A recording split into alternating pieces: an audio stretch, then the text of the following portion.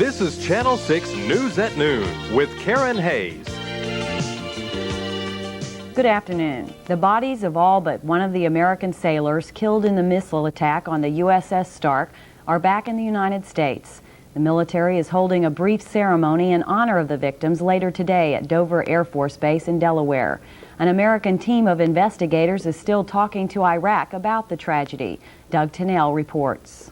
Pentagon's team began its working sessions in Baghdad this morning. Their objective? The Iraqi side of the story. The American officers are specialists in naval air defense and guided missiles who want most of all to interview the Iraqi pilot of the plane that attacked the USS Stark a week ago. He has the facts. He's the man on the scene, so it's important that we talk to him. What do you hope to learn from him? I can't discuss that with you until the investigation's over.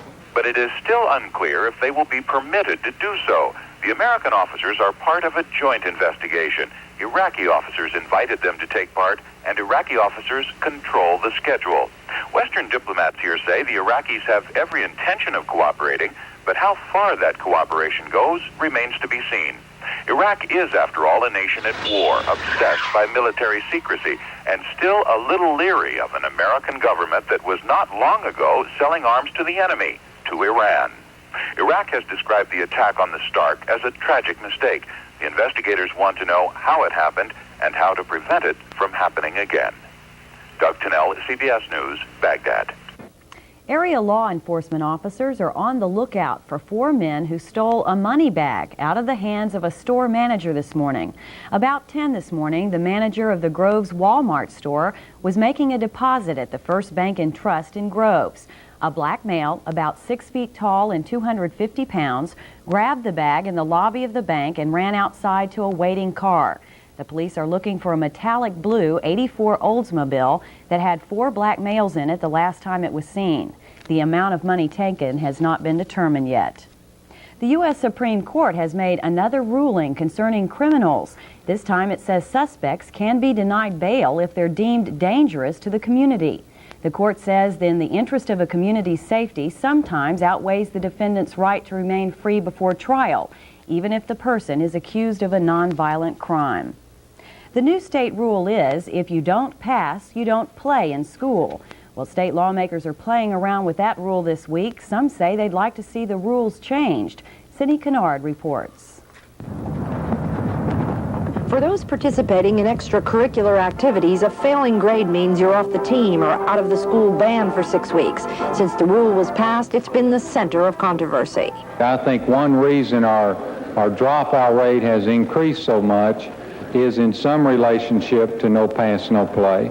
State Senator Bill Sarpolis is proposing a change. He wants the State Board of Education to test a 3-week suspension period as opposed to the 6-week rule.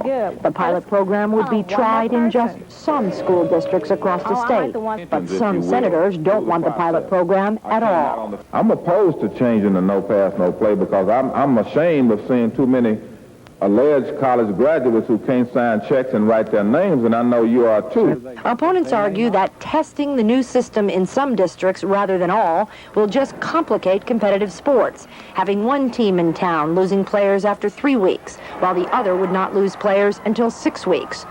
Still, that didn't convince supporters to change their minds. If we have to interfere a little bit with somebody's football schedule in order to promote a decision as to what best helps the children of this state academically, then I'm prepared to do that. Senators did agree to pass the measure and sent it on to the House. Meanwhile, House members passed a bill which would increase class size to 25 in elementary schools across Texas. But any class above 22 would require a full-time teacher's aide. Currently, the maximum size is 22 students per teacher. Governor Clement says he'll sign the bill increasing class size if it gets the okay in the Senate. Cindy Kennard for CBS News, Austin. A Houston minister says the family of a retired Methodist church bishop was advised not to make a public statement verifying he died of AIDS. But the family did anyway, and it was the topic of the state Methodist meeting in Houston this week. Adela Gonzalez has more. Retired Methodist Bishop Finus Crutchfield died of AIDS last week. The announcement was made by his family after the funeral. The real world is not ordered by... His death is on the minds of Houston area Methodists attending the conference. We have a great sense of loss with Bishop Crutchfield. He was an effective and creative leader of the church. In a statement issued after his funeral at St. Paul's Methodist Church, Crutchfield's family denied he had gotten the disease through any of the accepted high-risk behaviors. His son wrote, quote, "There has been no homosexual or extramarital sexual contact. We are left with the conclusion that we simply do not know and may never know how he contracted the virus." Crutchfield was reportedly very involved with helping AIDS victims. Methodist leaders say they will continue to work with AIDS patients. We deal with everybody. Everybody that comes along, whatever their need is, we deal with that. And that's what we've always done, and we'll always do that. Coming up later on News at Noon, meet the people behind the scenes here at Channel 6. Please stay with us.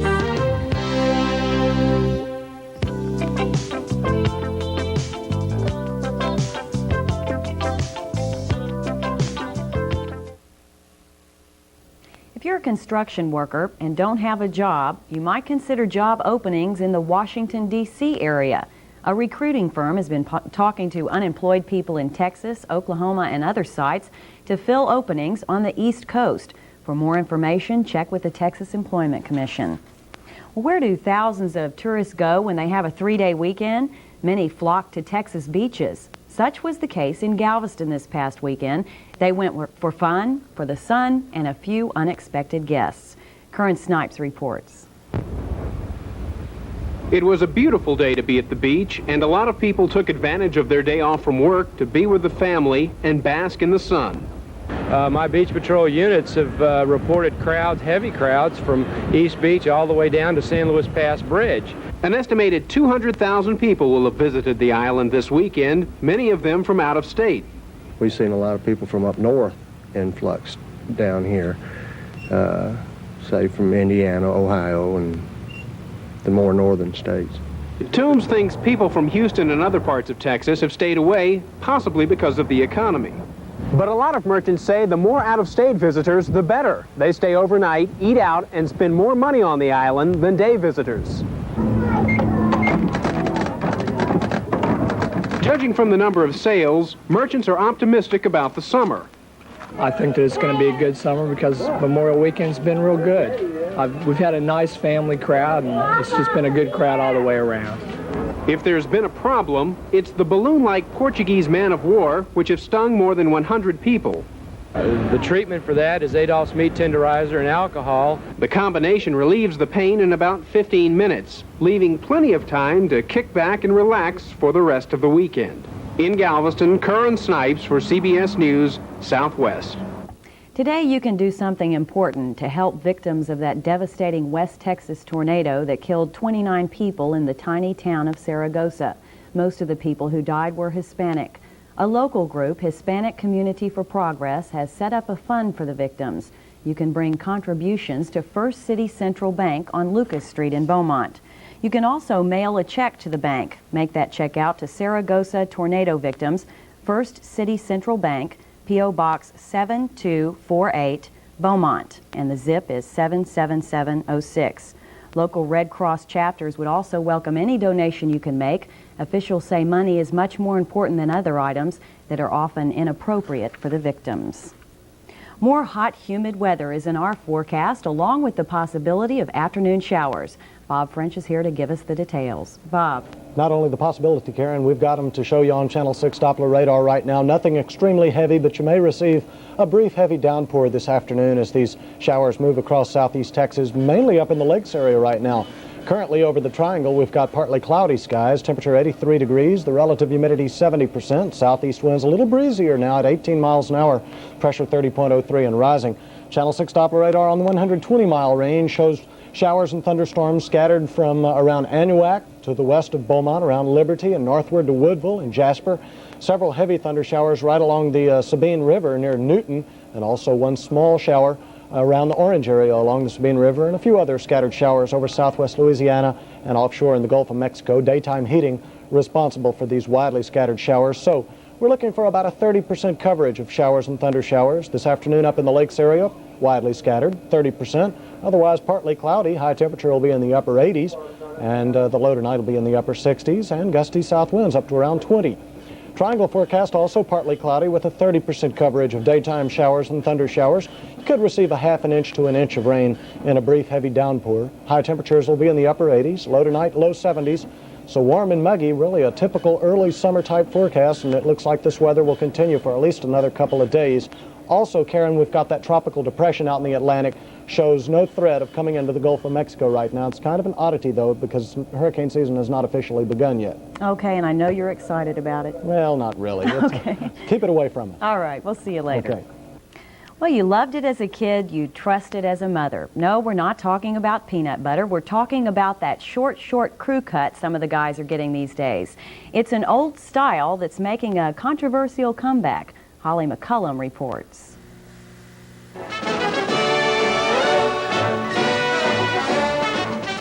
World War II brought out America's fighting spirit.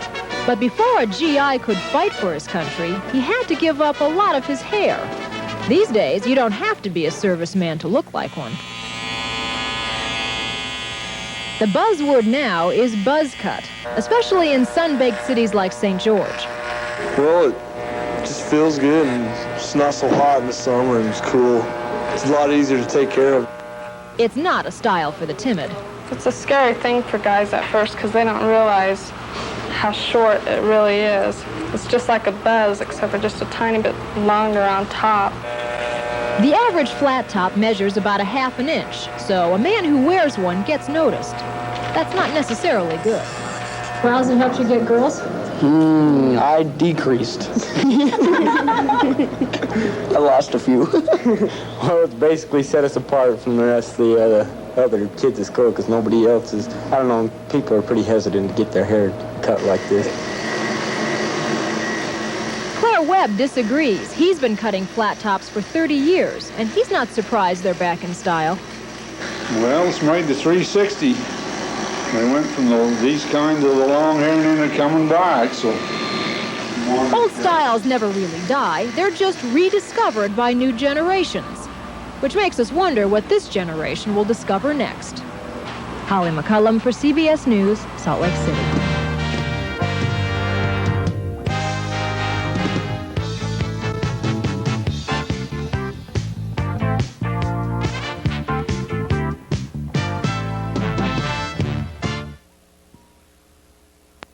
Every day here on News at Noon, the people you see are me and Bob here and whatever guests we have on. But have you ever wondered what's going on behind the camera?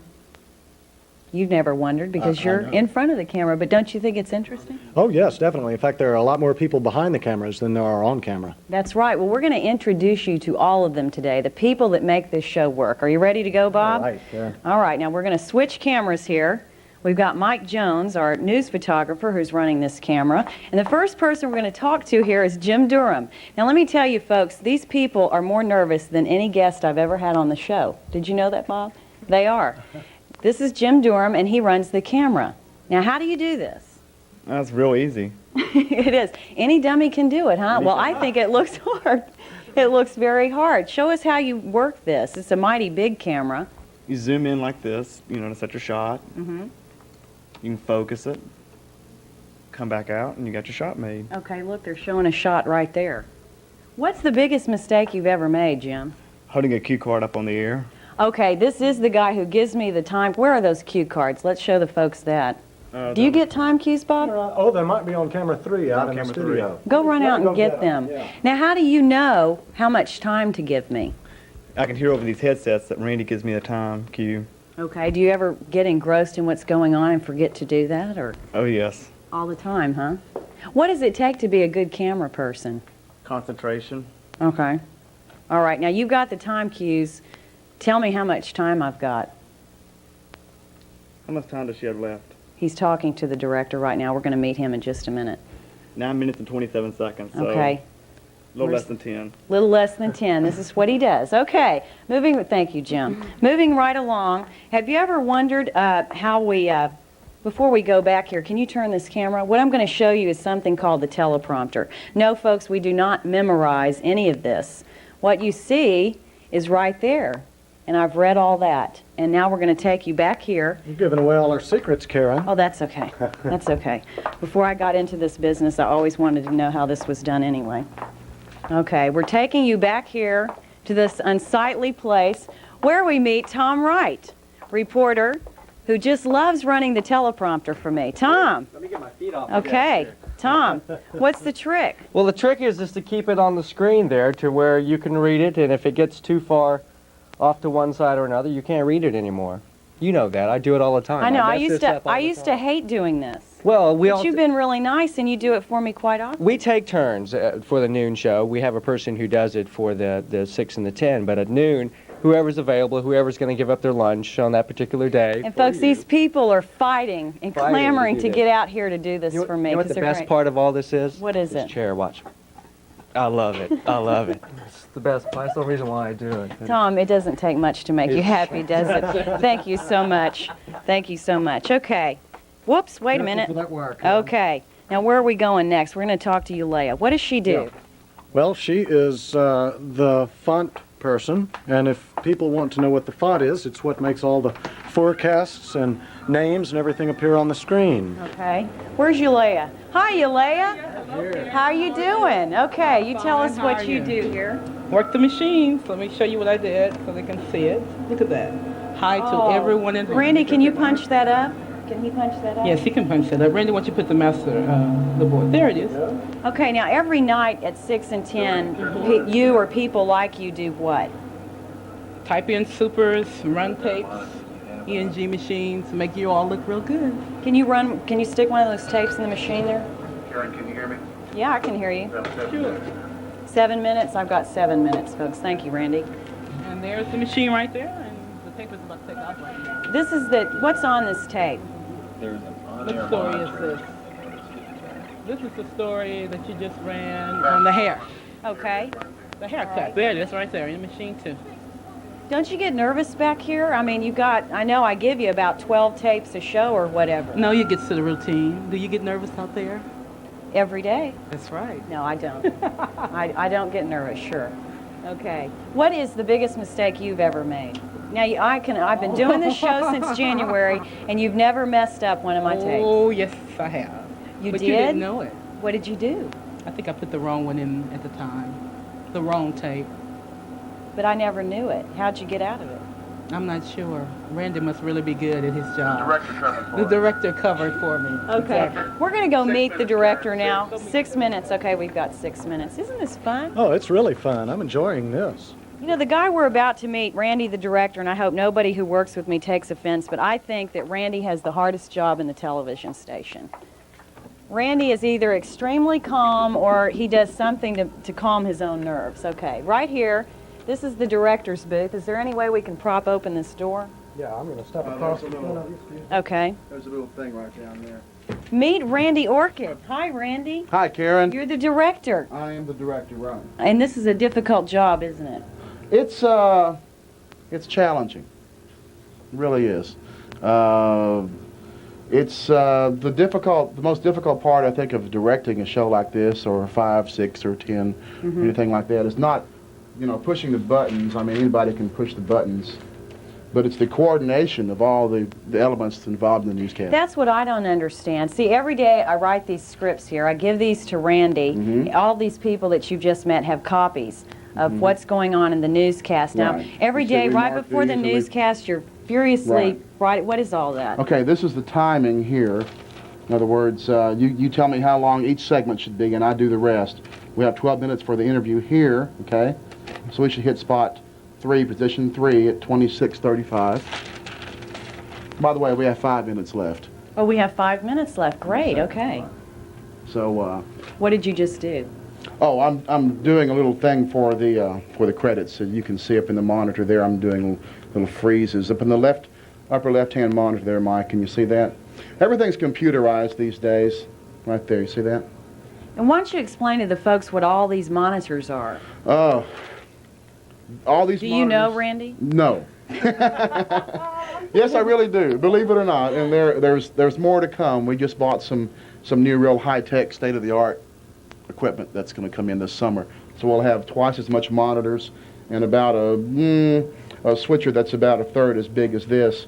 But all these monitors are video sources that come into the station, and it's up to the director to coordinate the different sources as to what comes next, et cetera, et cetera, et cetera. That's the hard part. That part in doing the timing of the show is do we have to get out of the show exactly at a certain time? We have 4 minutes. 4 minutes on this interview, Yes. and after this whole newscast, we have to get out at a certain time? We have to be out of this show. We have to be on credits at 28:27. To hit network. To hit network on time. Okay. And that's important. Now, how many cameras do we have out in the studio? We have three studio cameras, cameras 1, 2, and 3 over here. Okay, You why see don't you that? punch up one of the cameras? Okay. Okay. There's camera 1, camera 2, which is off, camera 3, and then there we are again on Mike's camera, which is the remote camera. What happens sometimes when it's all black?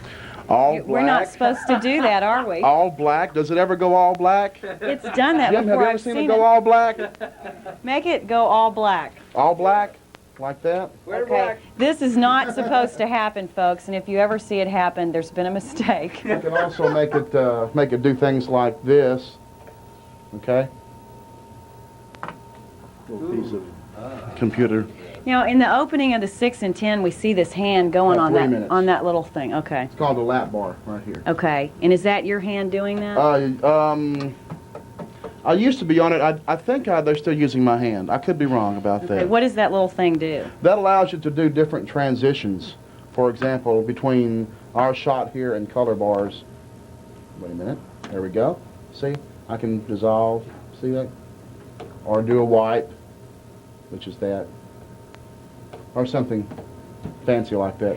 I Special type just effects. think this is fascinating. It's a lot of fun. Okay. I now- gotta admit, it's a lot of fun. And you do it so well. Oh, you thank you really very do. much. He does news at noon. Sometimes Tony Toronto is the regular Right. director, but live at 5 is his baby. Hi, John. How you doing? Okay, here's JB, who was so nervous this morning. You would 2 minutes. Thank you, Right. Randy. Okay, JB runs audio. Now, what's going on here? You have control over this microphone and all that. That's exactly right. I run the levels on everything you hear, all the sound, all the music, the microphones. Well, where does that music at the beginning come from? Well, if you see behind me, I have all the equipment. It's a 2-track cart machine. Play some music for us, JB. Yeah, play some music. There's some music. That's the music that you're going to hear. My job is just to run the levels, make sure everything sounds right. These people are so humble. My job is just this. It's no big deal. But look, folks, look at all these buttons. I'm not kidding. I mean, the reporters have just, an eighth of these buttons to deal with in editing a news story. How do you know where they all go?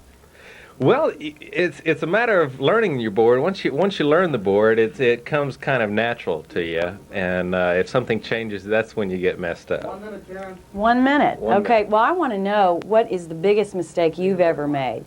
Because sometimes people's microphones don't work. One time I had a guest who was sitting on the microphone. Right. Now, that's your job, isn't That's it? exactly right. What happened, JB? Well, when people get out there, well, I mess up. Which day? I mess up about every I don't know, day. but I have it written down in my records. But what happened? Well, I'm we have kidding. guests out there that if the mic's not clipped on, we always make sure before the show starts that the mics work. And when they're not clipped on right, 30 seconds, Karen. Okay. We have a problem, and we try to correct the problem without the home viewers realizing that we do have a problem. Oh, and you're so good at that. Oh, You're thanks. but when they sit on the microphone, that's really hard to That's do, real JB. tough. But you do a great job, and I Right. appreciate it. Now we're about to go to a commercial, right? Right. Okay. About 15 seconds. We have about 15. We're 15 seconds late. No, we have about 12 seconds left now. 12 seconds left. Okay. Why don't you show us what we're going to do to go to this commercial? Mike, you wanna And I'm see going my to see hand y'all here? out there after this. Okay, hold font, stand by music, music's in. Sponsor up, hold guild store.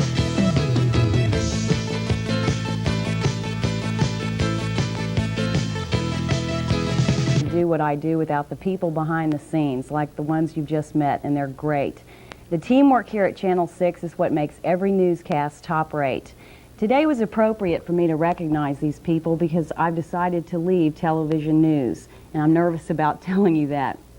I started here as a reporter 6 years ago, and with your help, I've grown so much. Now it's time for me to grow even more in a new career. I'll be in community relations at the Baptist Hospital Care Unit, where I hope to help others grow. I'd like to thank all my friends here at Channel 6 for teaching me so much, and thanks to you, the viewer, for your trust, and thanks for watching. Bye-bye.